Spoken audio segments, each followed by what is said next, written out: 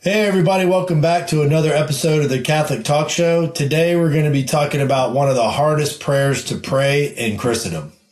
That's right. Today, we're going to break down the Litany of Humility. Humility is the virtue that is the antidote to pride, and pride is the initial sin that made the angels fall. Let's get into this prayer and see if we can humble ourselves before God.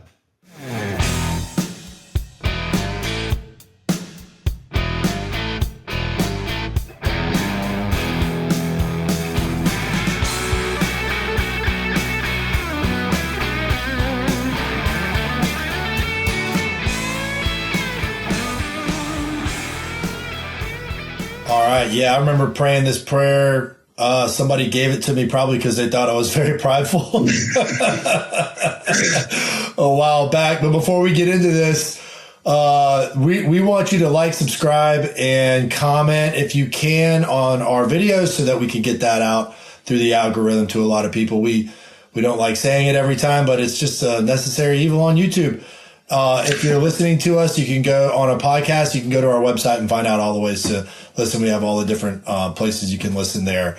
The Litany of Prayer. What is a litany? A litany is a type of prayer that we pray that draws in on a rhythmic approach to sinking yourself into an idea, into the person of Christ, into our Blessed Mother's care, and in this particular case, into the effects of certain personality qualities that we might have that distract us from how we're called to be humble before God. So just a really cool episode. I think it's going to expand everybody's prayer life. It has mine and Ryan's. So we're really excited to jump into it with you. Yeah, Ryan, the Litany of Humility, I really do think is the hardest prayer to pray because I don't think there's anybody who can't pray this and stand self-convicted of having pride and of hearing these different petitions within this litany and saying, oh, do I really want that? Is that something that I actually want God to give me? Because these things they're contrary to our nature, contrary to our desires, contrary to our ambitions. You know, I remember praying this. I think the first time that it really hit me was when we were up in the mountains in Montana, and we were leading the men's group with the Estovere trip, and we're sitting around the fire, and we prayed the Litany of Humility, and I was like, dude, I don't know if I like this prayer. This prayer's kind of smacked me right where it is, right? And ever since then, I've really gone back to that and saying this is an incredibly important prayer. And we'll break this down, but why is humility so important? I think that if you look at the life of any saint, you're going to see some common aspects. And right, the whole goal of all this is to be a saint. We want to be with Christ in heaven and worshiping the Trinity for eternity. And the easiest way, well, the only way to get there is through Christ and humbly and through our humility assenting to him saving us, right? Allowing him to save us and declaring that he is Lord and we are his servants. And every saint's story, they have a few things. They love the Virgin Mary. They're obedient to the church. They love Christ in the Eucharist, and they are humble. I don't think you can get to heaven otherwise. I mean, you can't get through the eye of a needle. You can't enter through the gates unless you bow yourself down. John Vianney had a great quote on humility, and this is it's his Catechism on Pride, and this is by St. John Vianney. He said, "Pride is that accursed sin which drove the angels out of paradise and hurled them into hell. The sin began with the world. See, my children, we sin by pride in many ways. A person may be proud in his clothes, in his language, in his gestures, even in his manner of walking. Some persons, when they are in the streets, walk along proudly and seem to say to the people they meet, 'Look how tall and upright I am, how well I walk.' Others, when they have done any good action, are never tired of talking about it. And if they fail in anything, they are miserable because they think people will have a bad opinion of them. Others are sorry to be seen with the poor. If they meet anybody of consequence, they are always seeking the company of rich." And it goes on. Pride is the very sin that caused Satan to fall. he refused to submit in humility to God. He refused to follow the plan of salvation. He refused to admit that Mary, a lowly human, was greater than him. And Mary had perfect humility. He was the first creation and had all the powers, nearly limitless powers. Mary is a fragile person, just, flesh. She is lowly and she is greater. She is the queen of the universe because of her humility. And I think that shows just how important and what humility can do for your soul, that it can elevate you even above the most powerful angels with your humility.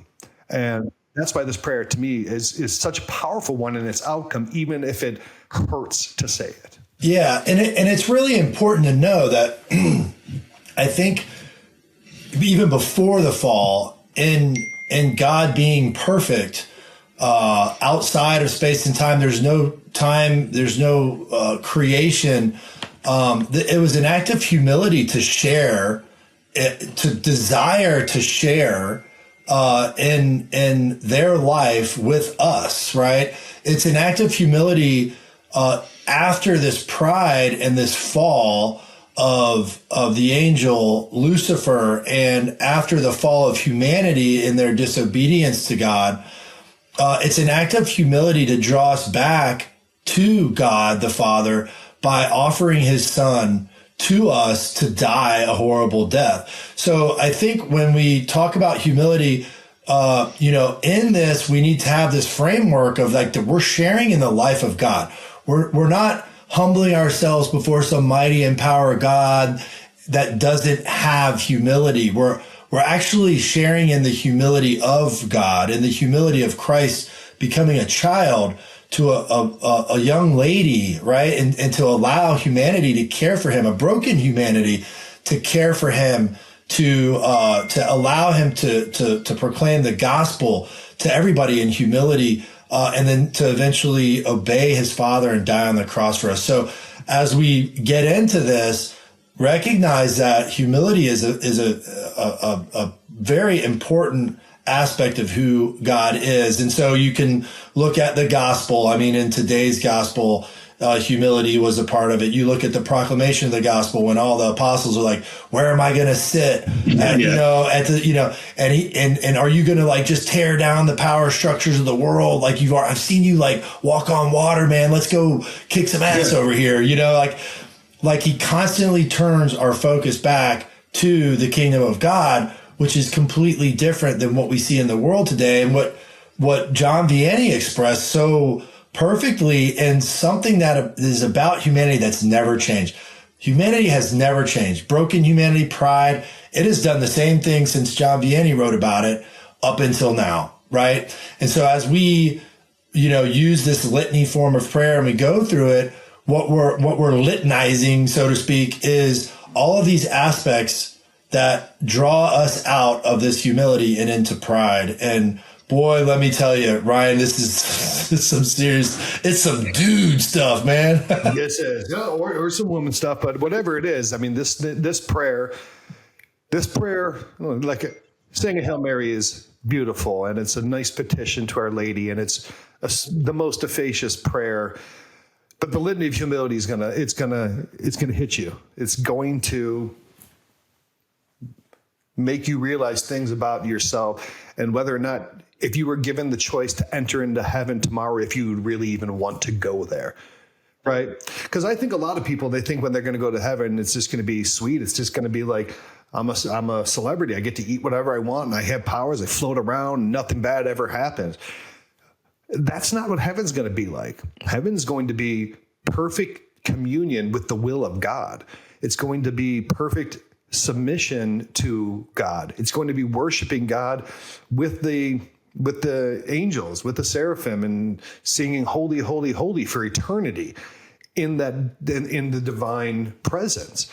It's not going to be an earthly paradise where we sit around on the French Riviera and eat bourbon and corn chips, right? It's not going to be like that. So this prayer, I think, really is a bellwether to whether or not you even want to go to heaven. And that's a hard, I think, concept to understand.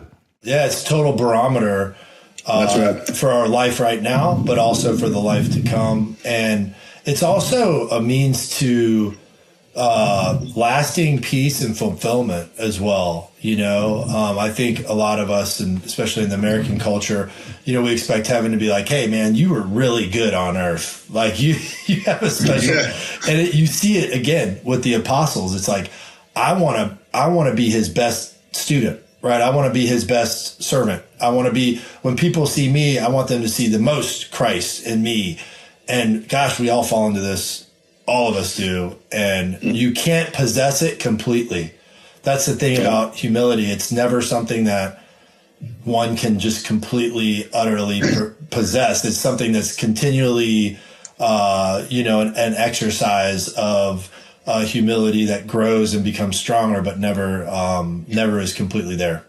Yeah, like St. Augustine said, si comprehendus non est Deus. If you understand, it's not God. I think the same thing goes with humility, that if you think you have humility, you don't have it, right? So let's get into then this litany. So real quick, again, like you were mentioning, a litany is a type of prayer with kind of a repeated response pattern. It's not something that happens within the Mass, unless it's the Litany of Saints. You'll see that sometimes, like particularly on All Saints Day or during a High Mass. But this is, a private devotion. So the Litany of Humility. And the Litany of Humility, there's been a lot of forms of it throughout the ages, but the way that we currently pray it is attributed to the Secretary of State, a cardinal, during the pontificate of Pope Pius X. His name was Cardinal Raphael Mary de Laval, all right? And he wrote this litany, and it's caught on, it's been published, and this prayer has now become, I think, a really important prayer for everyone to learn. So I had this here, Ryan. So why don't we just do this? Why don't we go through this prayer? I'm going to do it quickly. I'm going to say the whole thing now, and then we can start to break it down clause by clause and talk about the challenge that each of these petitions in this litany have. So I'll read it real quick. Lord Jesus, meek and humble of heart, hear me. From the desire of being esteemed, deliver me, Jesus. From the desire of being loved, deliver me, Jesus. From the desire of being extolled, deliver me, Jesus. From the desire of being honored, deliver me, Jesus. From the desire of being praised, deliver me, Jesus. From the desire of being preferred to others, deliver me, Jesus. From the desire of being consulted, deliver me, Jesus. From the desire of being approved, deliver me, Jesus. From the fear of being humiliated, deliver me, Jesus. From the fear of being despised, deliver me, Jesus. From the fear of suffering rebukes, deliver me, Jesus. From the fear of being calumniated, deliver me, Jesus. From the fear of being forgotten, deliver me, Jesus. From the fear of being ridiculed, deliver me, Jesus. From the fear of being wronged, deliver me, Jesus. From the fear of being suspected, deliver me, Jesus. That others may be loved more than I, Jesus, grant me the grace to desire it. That others may be esteemed more than I, Jesus, grant me the desire. Jesus, grant me the grace to desire it. That in the opinion of the world, others may increase and I may decrease. Jesus, grant me the grace to desire it. That others may be chosen and I set aside. Jesus, grant me the grace to desire it. That others may be praised and I unnoticed. Jesus, grant me the grace to desire it. That others may be preferred to me in everything. Jesus, grant me the grace to desire it. That others may become holier than I, provided that I may become as holy as I should. Jesus, grant me the grace to desire it. Father, Son, Holy Spirit. Amen. So that's the litany, right? And we went through that quickly there. But you can hear that. That's a lot of hard things to want, because those are the things that our human nature desires. We want to be loved, recognized, noticed, picked, chosen, esteemed. We want to succeed. We want the world to see us and recognize us. We don't want anything bad said about us. We don't even want people thinking bad about us. We want everything as a neat and nice, smooth road, smooth sailing, and everything delivered to us and us being loved. That's what our society says. Like, hey, you need to be loved. You need to be recognized. Get on TikTok, get your 15-minute of fame, get as many views as possible, outcompete earn more than other people, have a nicer house, a nicer car, get your teeth whitened, lose weight, have nicer hair, better clothes. Then, if you do all that, then finally you might be happy because then other people love you. And that's a lie. That is a lie that this world tells you. That is the lie of pride, and that is the fall of Satan, that if you do all those things, you can achieve happiness through your own means and through your own recognition. And it doesn't happen. Yeah, I mean, and you can, and sometimes, I don't pray it as much as I used to, but like sometimes I would look at that and I would dwell on each one of those categories like we're going to do.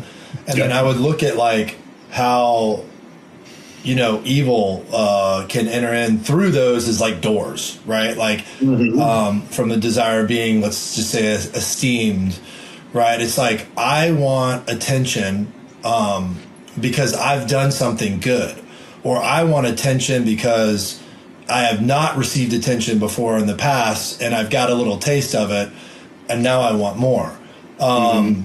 Just a pattern of that as a window to increasing pride and increasing sin, and not being, not humbling myself and saying that I don't need this. Like, why would I not need that? So I think kind of going through this the way that we're doing is a really good way to just stop and pause on each one, just to expand it a little bit further.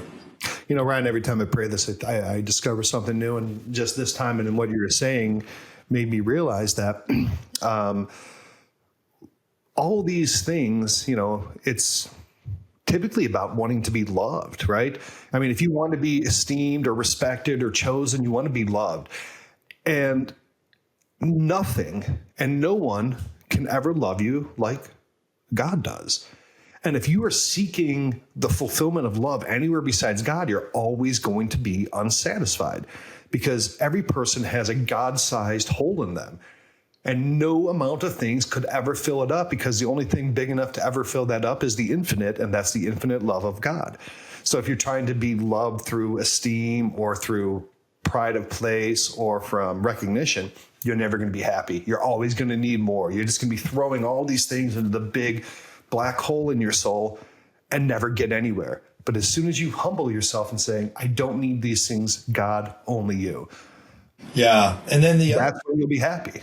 Yeah. Then the other thing too is like I went through a recent drama where I was personally being attacked in a very calculated and impressive way. And sorry, I was mad at you. and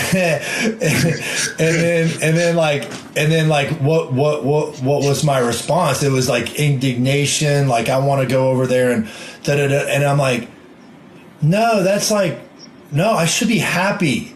Like I should be happy that I can share in this with God and that He will take care of this, right? Yeah. And sure enough, I went through that phase of like, and lo and behold, God took care of all of it. And so again, it's never something you completely possess, but something you work at, and God tests you, and then you develop that over time and don't get swept away in it, Yeah. All right, so let's go back and break this down. Let's start with that opening line. Lord Jesus, meek and humble of heart, hear me. Christ humbled himself. Christ emptied himself and took on flesh for our sake and for our salvation. There's never been a more humble act than to take on flesh as the creator, to take on the form of a baby, completely helpless against the elements, against hunger, against attack. You cannot be more vulnerable than a baby. And the most powerful being with limitless power took on that form for our sake. Ryan, that's the humility that you said, that when we have humility, we are entering into that charism of Christ who has perfect humility. Yeah, and He did that trusting that the Father's plan and His care would manifest itself through this humility. So again, the act of humility requires a great amount of trust that God will care for you. Yeah, even in the garden when he's praying, Lord, Father, let this cup pass from my hands, but thy will be done, not my own. Even that's humble. I mean, he knows what he's about to go through, and he is God. He's the second person of the Trinity, and he could just shoot laser beams out and melt the Romans, turn everything into glass. But he said, thy will be done, not my own. That is perfect humility, even to the point of death, even to the point of being spit on, reviled, whipped, crowned with thorns, beaten, stripped naked, nailed to a cross, bleeding out in front of your mother and all of Jerusalem. That's humility. And that's why we seek to emulate and share in that charism of humility that Christ possesses so perfectly. So from the desire of being esteemed, deliver me, Jesus. Being esteemed is a nice thing, right? Everyone's like, oh yeah, I love that dude. That dude's great. Oh yeah, you know what? He's definitely he's the top, right? We should hire him. We should go after him. We should ask his advice. Being esteemed really seems like a good thing, right? But if that's what you're seeking, that's what you'll get. And that will be your reward. Everyone will think great of you, and Jesus will say, I don't know you. Yeah. And it's a denial of the gifts and talents that God has given you, and the grace of you to pursue that in some good way. It is a detachment from the dependency that you have on God, who created you and created you for a purpose. And if that purpose turns out to be something that allows for you to experience esteem, it draws you away from that relationship and the intimacy that you have as a child of God. Mm-hmm. So the next one is, from the desire of being loved, deliver me, Jesus. Again, I think we were kind of talking about this, that if you're desiring to be loved, you're ignoring the fact that you already are infinitely loved. If you're desiring love, you're rejecting that God loves you more perfectly than any love you could ever seek or try to replicate. That is where I think that desire to be, because that's what, when I look around and I see people suffering and I see people's intentions, and you see people, whether they're, you see gender confusion, or you see, different aspects of people wanting to, whether it's like showing themselves online and doing OnlyFans or having TikToks and showing themselves and everyone's just trying to be loved.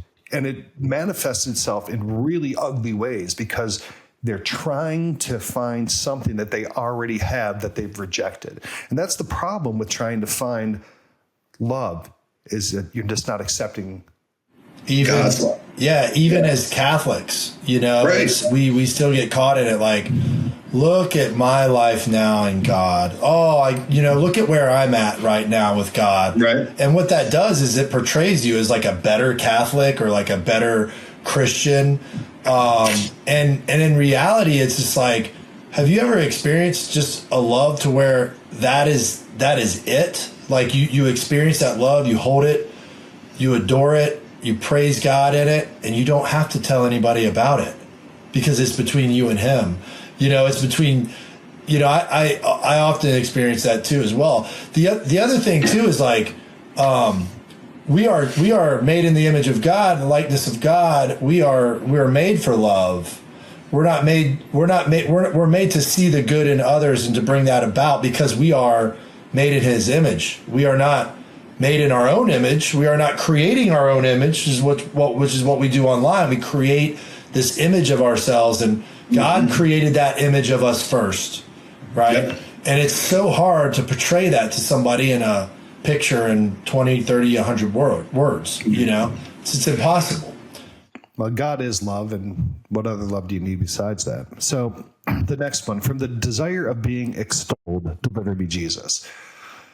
A lot of times when we do stuff, it's not good enough to have done them. Other people have to notice them. And I think that's kind of our social media society that we live in. It's like, is it good enough that we ate a wonderful meal? Is it good enough that our children brought home a good report card? Is it good enough that we went and saw a beautiful sunset if nobody else saw it, if no one else is extolling us for having this?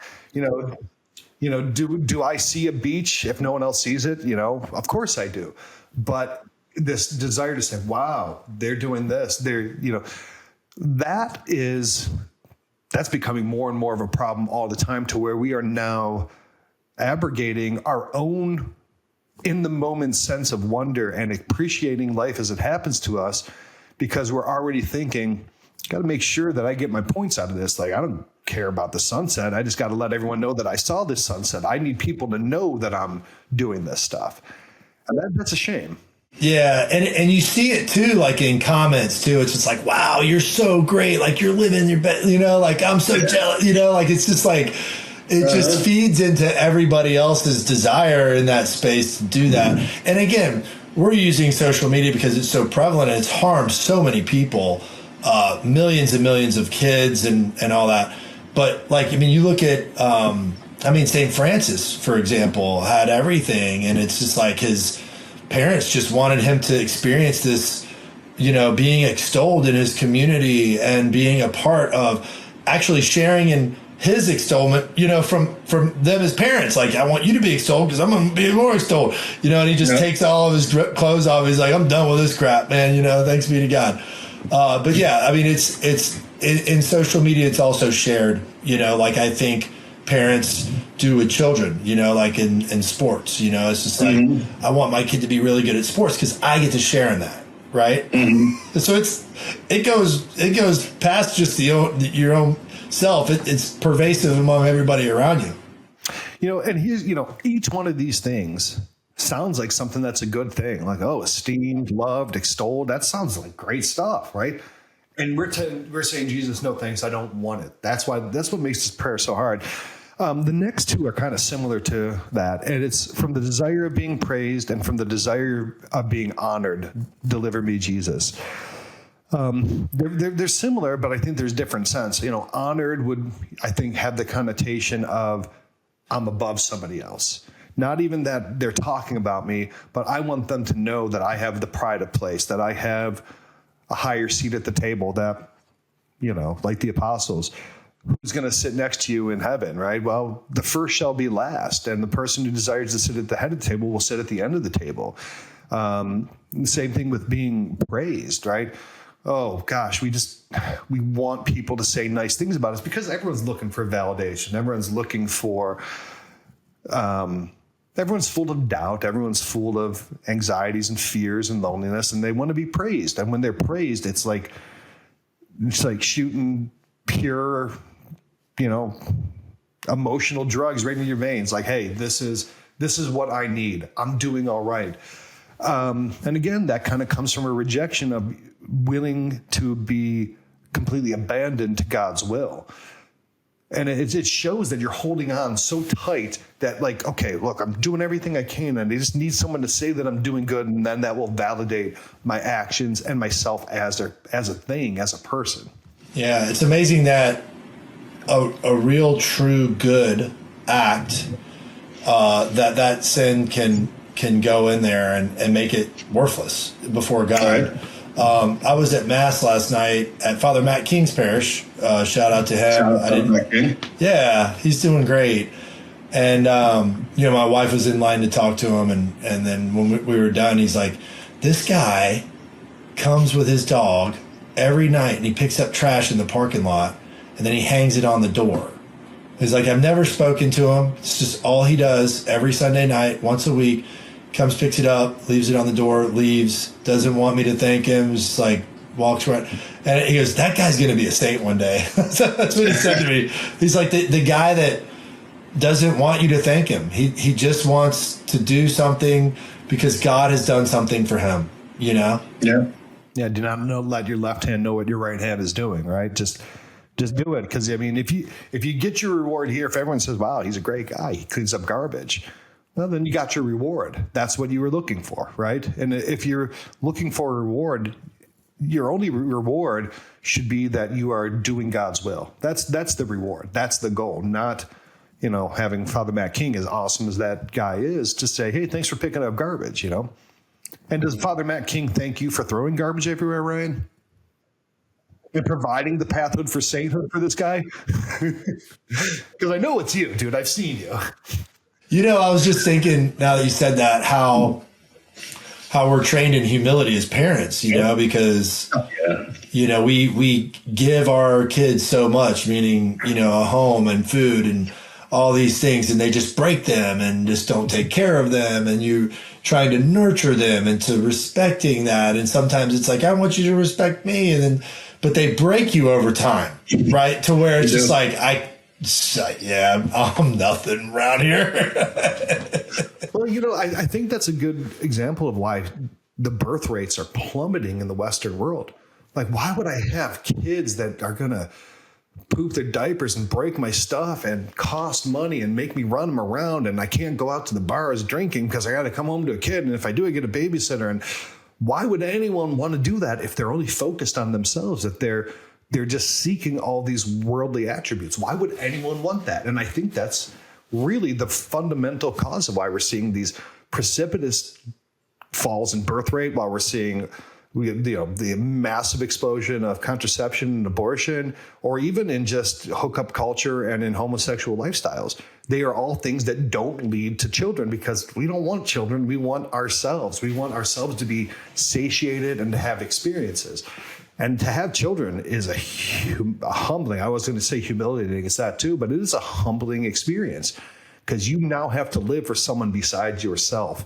Yeah, but another thing too, I think we should mention here, and with humility, and sometimes it's forced humility, that God helps you and shows you how to be humble. It's a grace in circumstances, but what it does is it also opens up like a deeper response to God's love. It also opens up a deeper connection to who God is, especially through his humility, where you get beaten down and you realize that, like, I really am nothing. I'm literally here for others, and they're just picking me apart, just like Jesus. And like, and maybe there's a day where the dawn will rise in their heart. And, and it's just like with my parents, I never appreciated anything they did until I had kids, until I was older.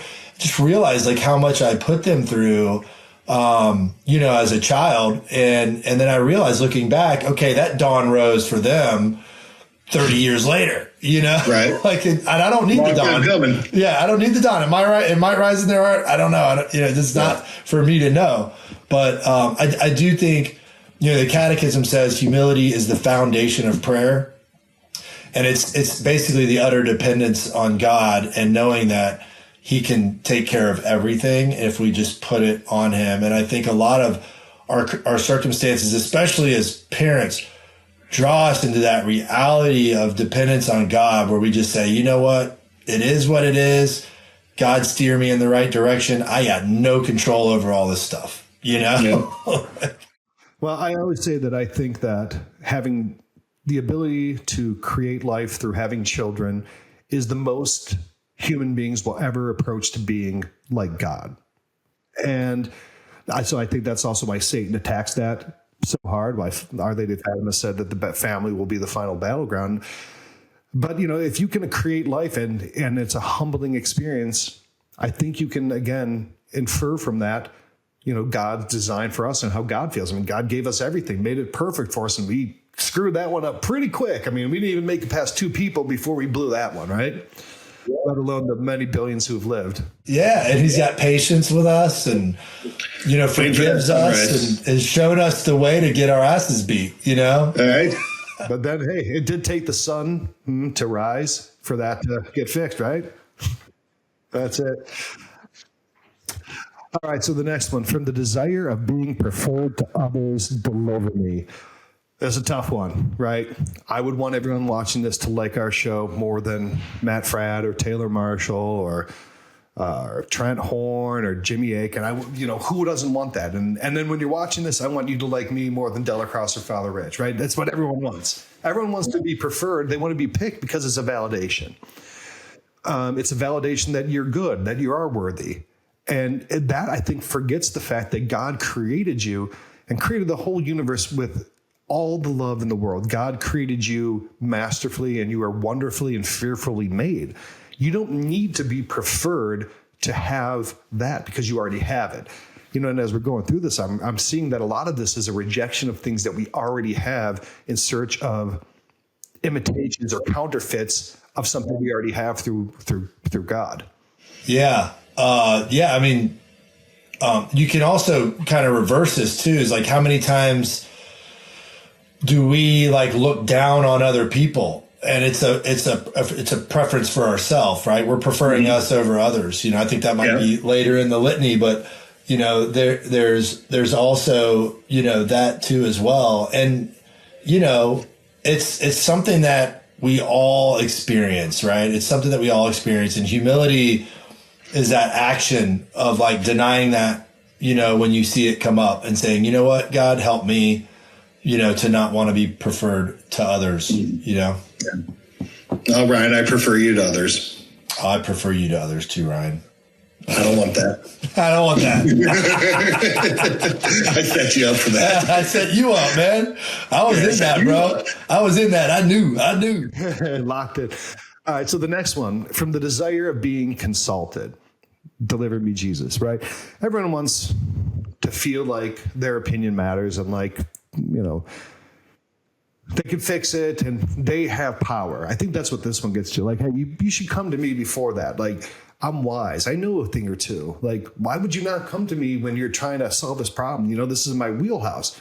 And I think this goes, hey, you didn't recognize my skills and you didn't consult me. And that's why this one, I think, hurts to ask for. It's like, no, look, I don't need to be consulted.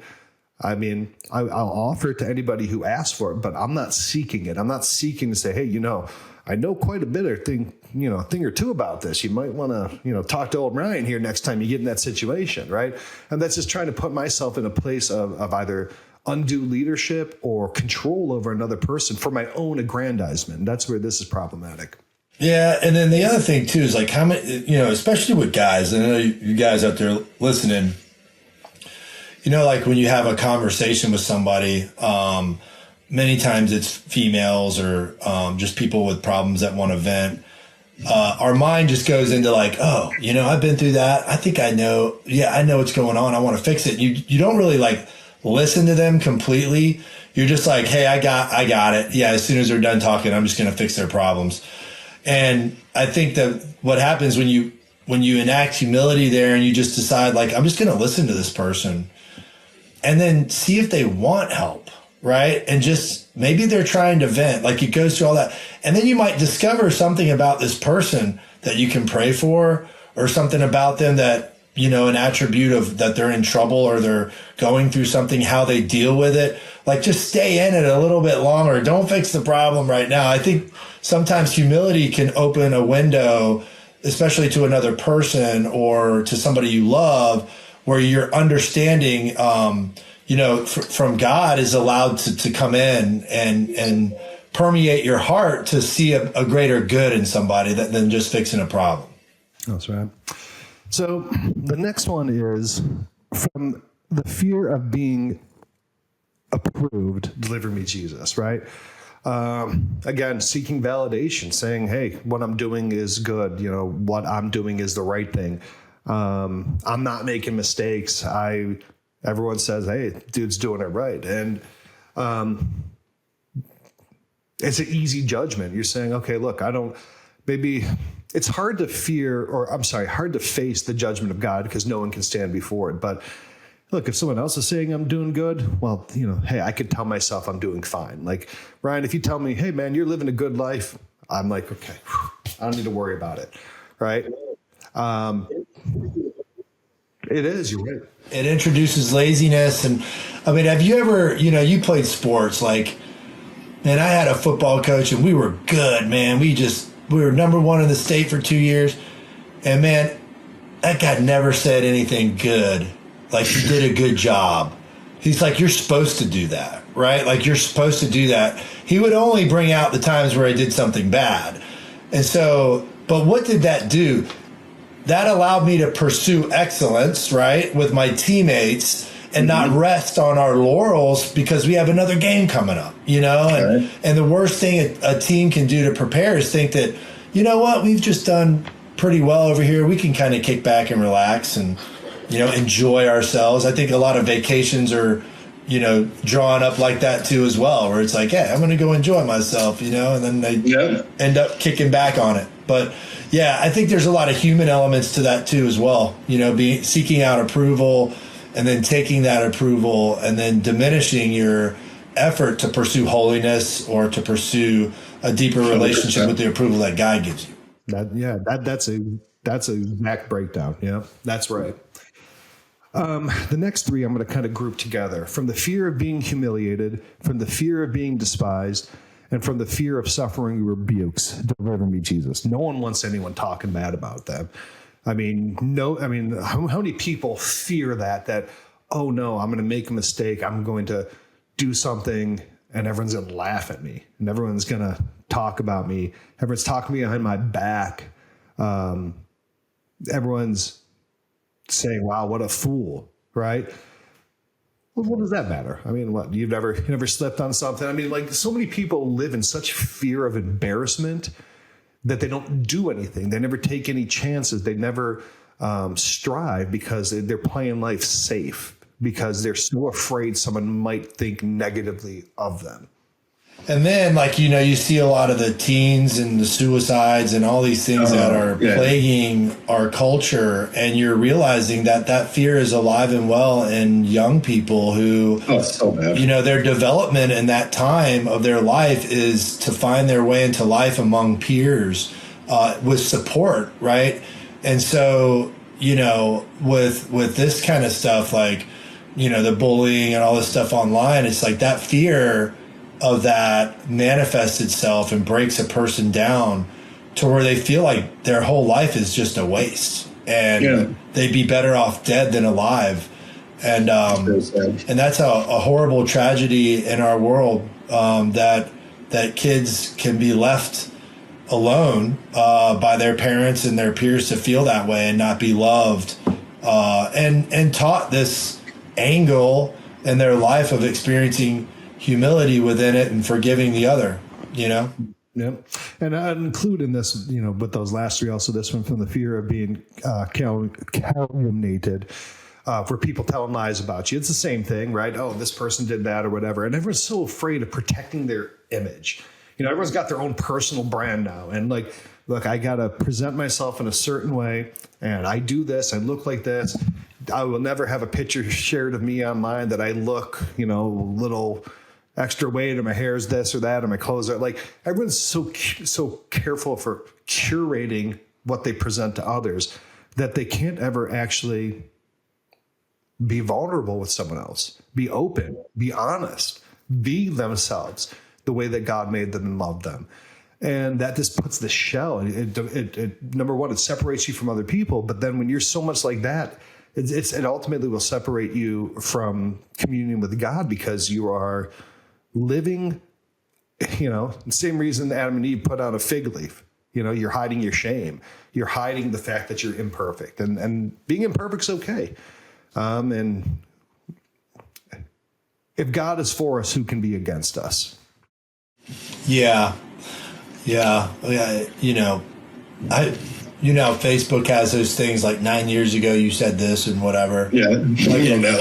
Those are coming up, man. And but I mean, we work on Facebook, and I don't really post anything. I just find it a mess of just gobbledygook of people just seeking attention. But it's funny. I look at some of them, and it's like my kids, and they're doing something really silly, or I'll ask a stupid question, or I'll say something stupid, and I'm like, no wonder I got off of it. I didn't understand. Thank God. I didn't understand. This is how it was being cultivated and growing. It got ahead of me, and I'm just like, okay, I don't want to do this anymore. I'd rather just, nobody know anything about me but the people that I love that are close to me.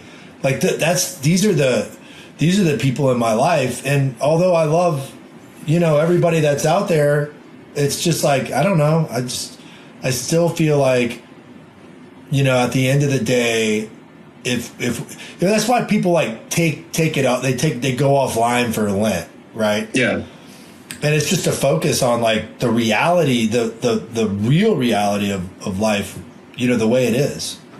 Mm-hmm. So the next four, I'm gonna group these ones together as well. From the fear of being forgotten, from the fear of being ridiculed, from the fear of being wronged, and the fear of being suspected, deliver me, Jesus, right? Who wants to be forgotten? Like, oh, I'm not memorable. I wasn't, I didn't make that much of an impression on you that you remember my name. You ever get that one? Like you go to a meeting, you're like, oh, hey, man, I met you at this thing and that. And it's like, I'm sorry, I don't remember you. You're like, wow, I must be a real nobody that this person didn't remember me and they didn't like write in their journal. Today's the day that I met Ryan Shield. What a life-changing experience. Like, Dude, I'm that guy that forgets meeting you. Right? It's like, I don't know why. Yeah, and it happens, and, even if you are forgotten by the world, I mean, how many forgotten people are there living on the streets? Old folks, shut-ins, people who have no family, no friends. There are so many poor, forgotten people out there, really forgotten.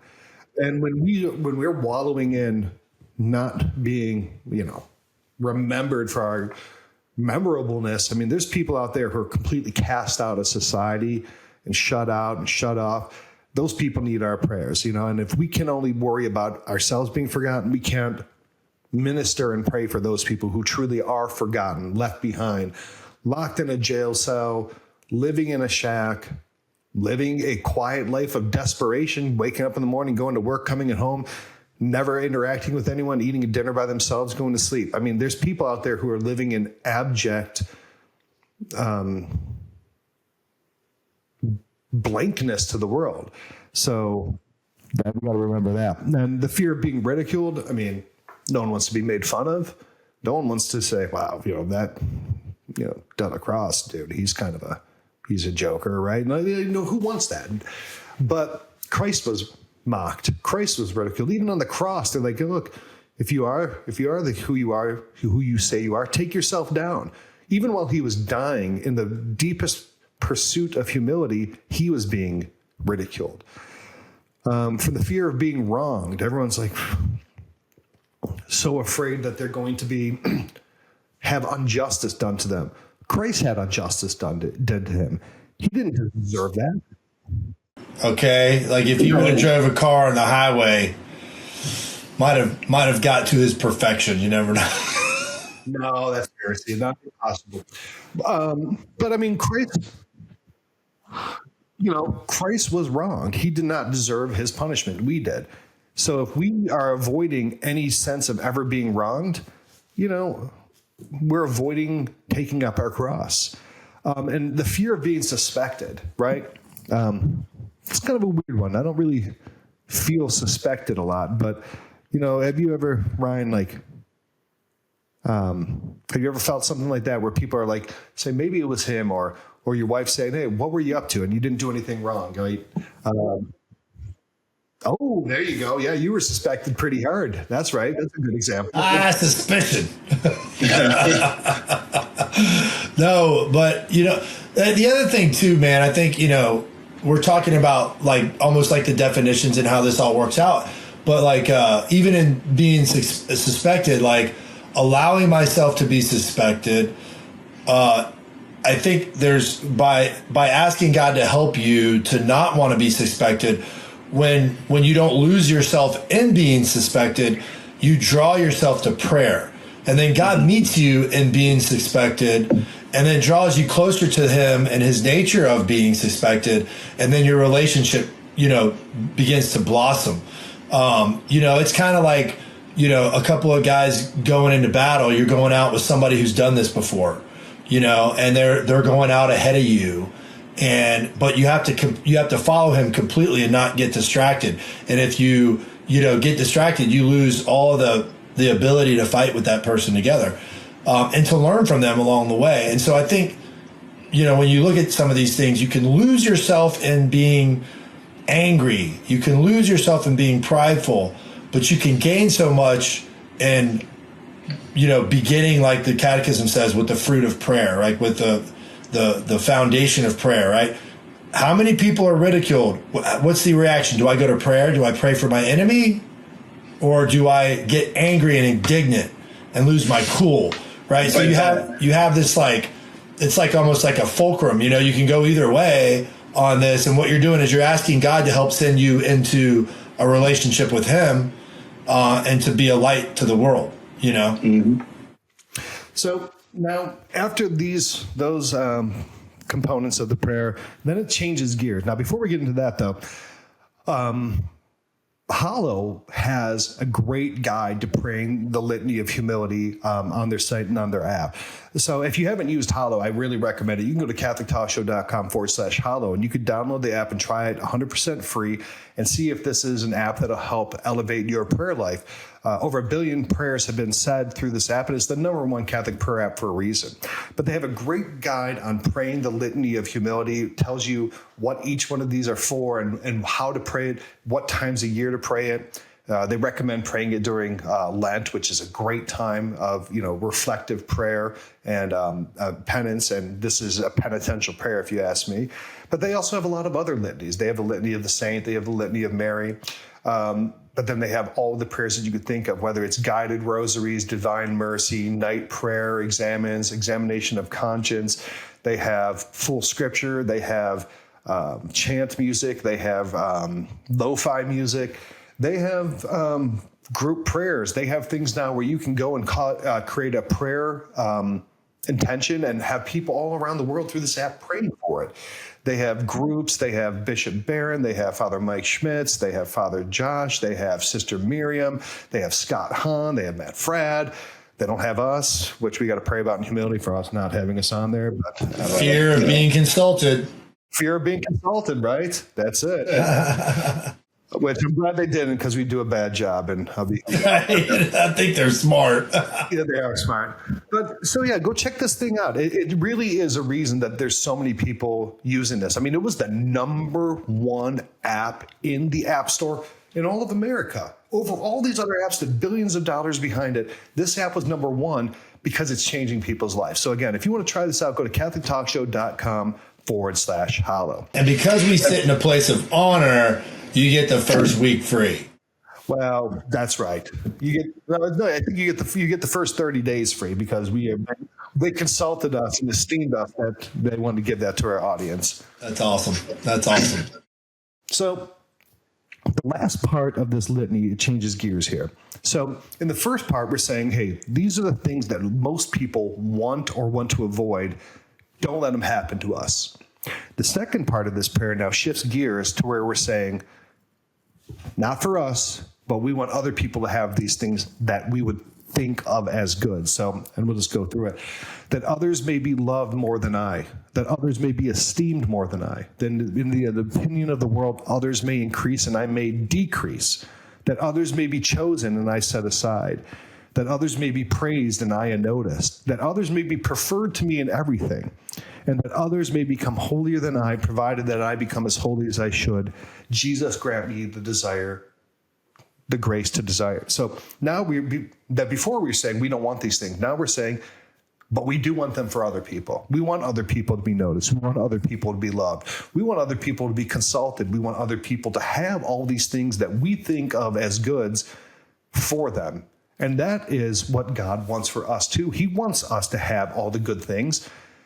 But in our humility, we have to want them for others more than we want them for ourselves. And that is incredibly humbling, this part, that others be chosen and I'm set aside. Do I really want someone else to do better than me? That's hard. At my own expense. I get set aside, someone else chosen? Who wants that? Someone else is loved and I'm forgotten? Who wants that? But if you really want to be Christ-like, you have to want that. Yeah, and it goes back to, there's a scripture passage where it says, with the consolation that you have received from God, you share that with other people. And I really believe by practicing humility or, moving yourself to prayer in a time where you could easily go to pride, you develop other virtues. It's like pride is like the cover of all your other virtues. It's like the the overarching umbrella that stops you from, or that creates all these other lacks of virtue. Humility is kind of like the umbrella that draws you in to dependence on God, removal of all these other attributes in your life that are leading you astray, causing you to be angry, just hurt. And what happens is that consolation that you receive from God by moving to prayer, the foundation of prayer being humility, you're receiving God's grace. With that grace, you see yourself. Now you begin to see others who are experiencing that same thing. And so with that consolation, we are to share that with other people to help them move through and navigate into the humility of drawing themselves into prayer and growing themselves among the whole world, right? You know, you want the whole world to experience that. But like my wife has been the perfect example to me of somebody who has experienced that, sees, you know, hot-headed husband coming back and wants to blow somebody's knees off, you know, beat him with a baseball bat, you know, back in the day. And she would know that. But she had also experienced in her humility ways to navigate through it and would talk me through that into prayer. And so like, these are the, you know, when you look at this last section, it's really like, after you've gone through all this, help me to see this in others and not possess it for myself. Help me to see this sickness that I had that you healed me of, that I could help heal somebody else with. And that's what's so beautiful about this, because it's not possessed on our own. It's given with grace, and it's to be shared, just like our faith. Yep. Like we said at the beginning, if you think you have humility, then you don't have it, right? So yeah, that's the litany of humility. And like I said, that this prayer, I think, is one of the most difficult, if not the most difficult prayer to pray and mean, and to really mean it and really want it. So that's why we wanted to go over this with you. Now, if you're watching this, again, like Ryan said at the beginning of the episode, please click like, share, and subscribe. It really helps to get our show out to more people so that we can reach more people with the message that we're trying to do here. If you're listening on iTunes or Spotify, go ahead and subscribe. Make sure you leave us a comment and a good review. It really helps the show get to more people. And if you want to help support the show, go to catholictalkshow.com/Patreon. There's a lot of different ways, very simple, very low price ways that you can help support us and help continue the show reaching so many people.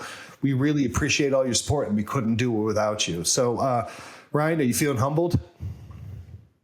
No, I feel like I got a lot of work to do, man. But you know what? We all do. It's a life's journey. It's life's work, and I'm grateful to God that we're able to even speak about it truthfully and honestly and share it with all of our listeners, because it's a very powerful virtue, I think, in our lives. That's it. Well, again, thank you everyone for watching. Make sure you subscribe and share. Go to catholictalkshow.com to see all the different platforms we're on, and follow us on there. And stay humbled out there. And we'll make sure that we put a link to this prayer in the show notes on the website, or wherever that this is posted. If it's on YouTube, it'll be in the description. And go and pray this and see if it can't really make a difference in your life. It will. It will.